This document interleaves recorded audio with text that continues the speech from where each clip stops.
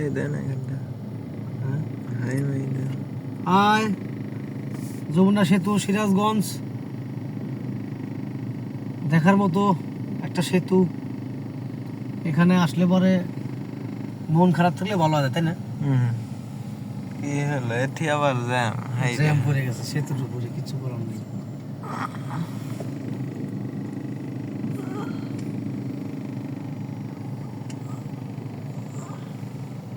আজকে ঢাকার সফর ছিল এয়ারপোর্টে। অবশ্যই আপনারা যারা আরাম আয়েশের সফর করবেন আমার সাথে যোগাযোগ করবেন। আমি আপনাদের পাশে আছি। নাজিরপুরের সন্তান রেজাউল করিম, অনেকেরই চেনা মুখ আমি। অবশ্যই যোগাযোগ করবেন, ভালোবেসে পাশে থাকবেন।